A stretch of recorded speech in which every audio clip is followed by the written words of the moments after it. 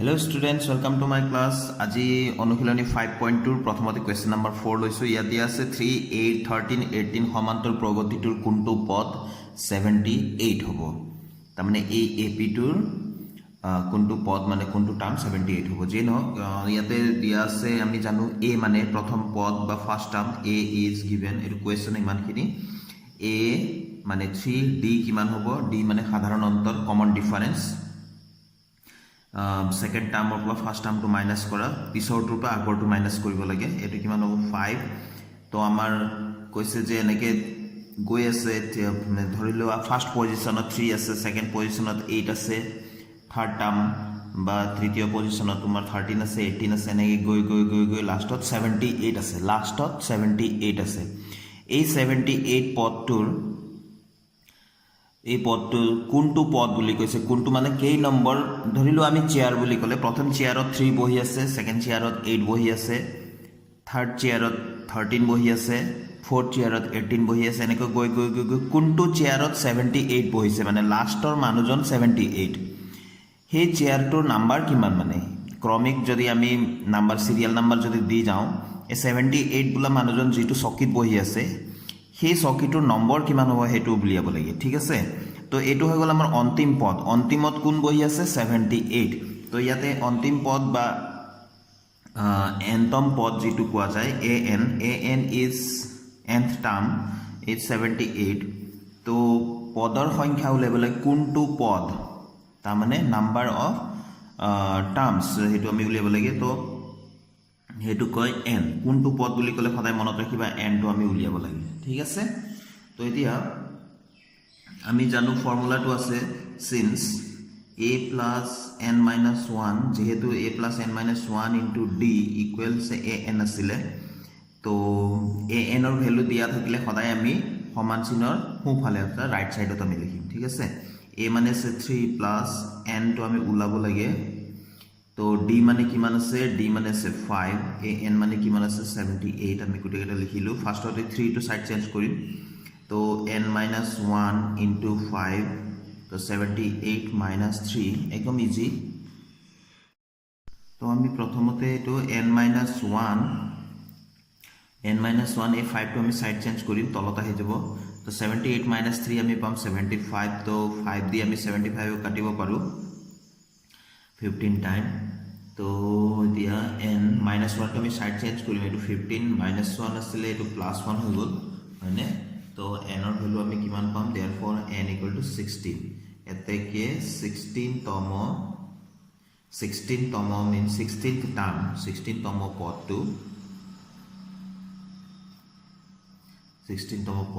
কিমান আছিলে 78। কোনটো পদ বুলি কৈছিলে ন, তো 16th টাৰ্ম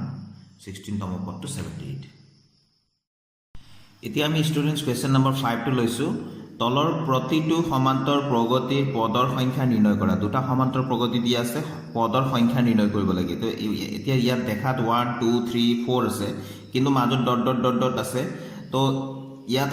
মানে একচুৱেলি কেইটা পদ আছে বা কেইটা টাৰ্ম আছে সেইটো উলিয়াব লাগে। তো কুৱেশ্যন নম্বৰ 4টো আৰু কুৱেশ্যন নম্বৰ 5ৰ কুৱেশ্যনকেইটা একেই, কিন্তু কুৱেশ্যন নম্বৰ 4ত দিয়া আছিলে 3, 8, 13, 18 ডট ডট ডট সমান্তৰ প্ৰগতিটোৰ কোনটো পদ 78, হুইচ টাৰ্ম ইজ 78 বুলি সুধিছিল। তাৰমানে ইয়াতে লাষ্টত যে 78 থাকিব সেই পদটোৰ সংখ্যা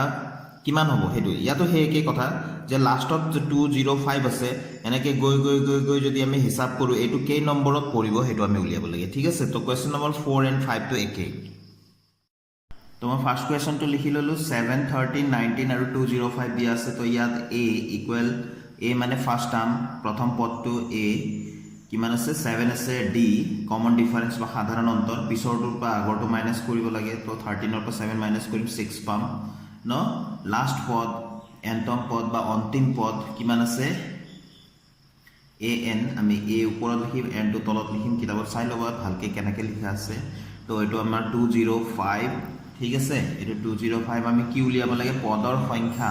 তো আমি পদৰ সংখ্যা বুলি কোৱাৰ লগে লগে এনটো আমি উলিয়াব লাগে। তো যেহেতু আমি জানো সিন্স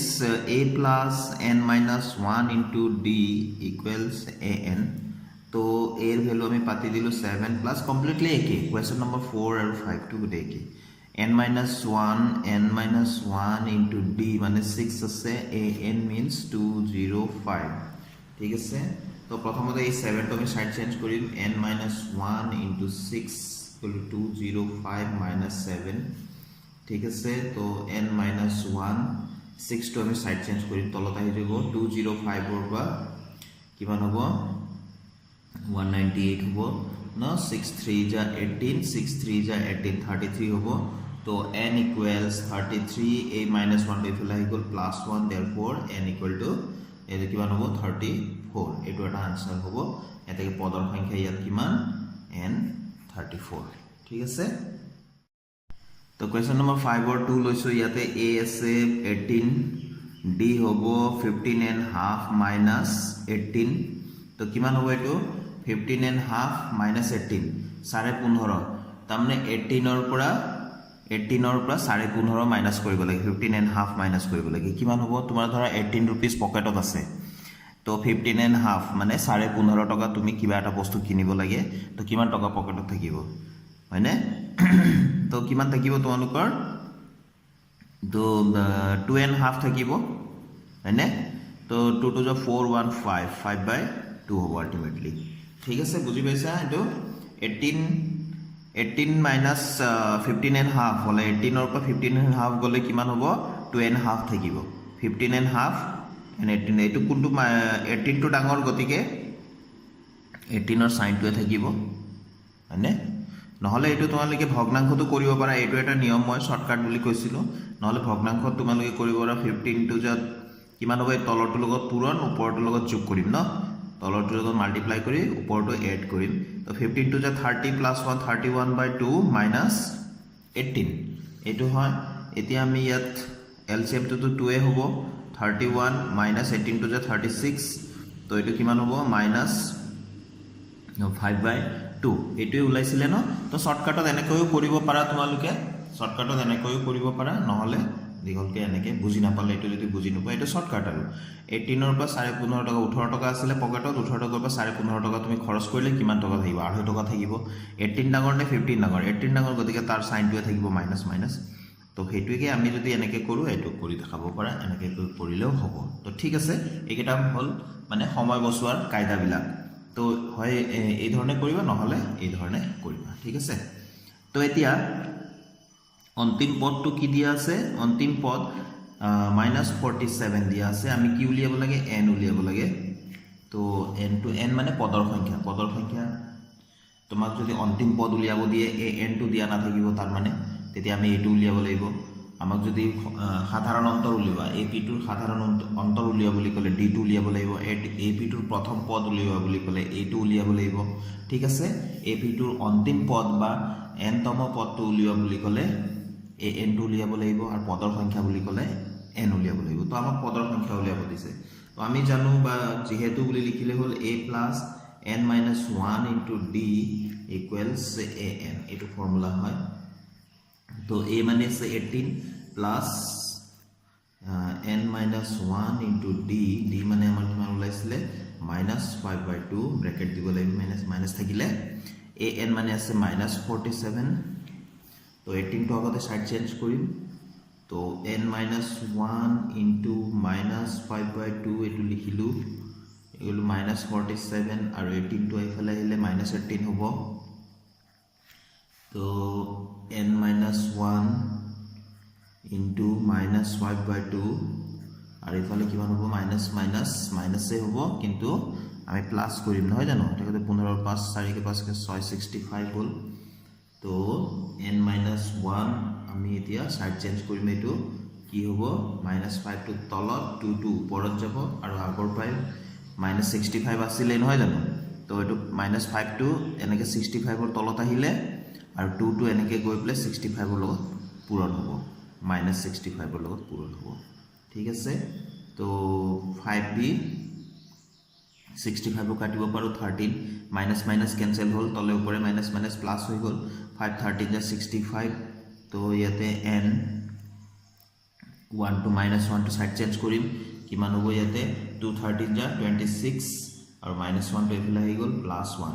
এতিয়া -2 ক'ত হেৰাই গ'ল এইটো মাইনাছ কেনসেল হ'ল তো therefore n = 27 ভালকৈ চাবা ক্যালকুলেশন বিলাক ঠিক আছে প্লাস মাইনাসতে গন্ডগোল কৰে স্টুডেন্ট বিলাকে তো তোমালোকে হেবিলাক ভালকে মন দি চাবা Question number 6 to লৈছো ইয়াত ইয়াস 11 8 5 2 ... এই সমান্তৰ প্ৰগতিটোৰ -150 সংখ্যাটো কোনো এটা পদ হ'ব পাৰে নে পৰীক্ষা কৰা তাৰ মানে ইয়াতে আমি এনেকৈ কৈ আছো 11 ৰ পিছত 8 8 ৰ পিছত 5 5 ৰ পিছত 2 এটো এটা সমান্তৰ প্ৰগতি হয় AP হয় এৰিথমেটিক প্ৰগ্ৰেছন হয় তাৰ মানে 11 ৰ পৰা 3 মাইনাস কৰিলে 8 পাও 8 ৰ পৰা 3 মাইনাস কৰিলে 5 পাও 5 ৰ পৰা 3 মাইনাস কৰিলে 2 পাও এনেকৈ আমি 2 ৰ পৰা 3 মাইনাস কৰিলে কিবা এটা পাম 3 যেটো পাম তাৰ পৰা আকৌ -3 কৰিলে কিবা এটা পাম তেনেকৈ গৈ -152 এই সিৰিজতে আহে নেকি হেতু খুদিছে ঠিক আছে তো আমি ধৰি ললো এটো আহে বুলি প্ৰথমতে আমি তেনে কৰিম তো ধৰা হল 1 -150 -152 প্ৰদত্ত AP মানে প্ৰদত্ত AP মানে গিভেন AP মানে যেটো প্ৰশ্ন দিয়া আছে হেতু AP গিভেন AP let -152 প্ৰদত্ত AP এটা পদ হয় যদি এটো পদ হয় তেনেহলে এই লাষ্টত থাকিব লাগিব এনেকৈ গৈ 152 আমি কবত পাম নহয় জানো তো এটো লাষ্ট পদ হ'ব ইয়াত a কিমান আছে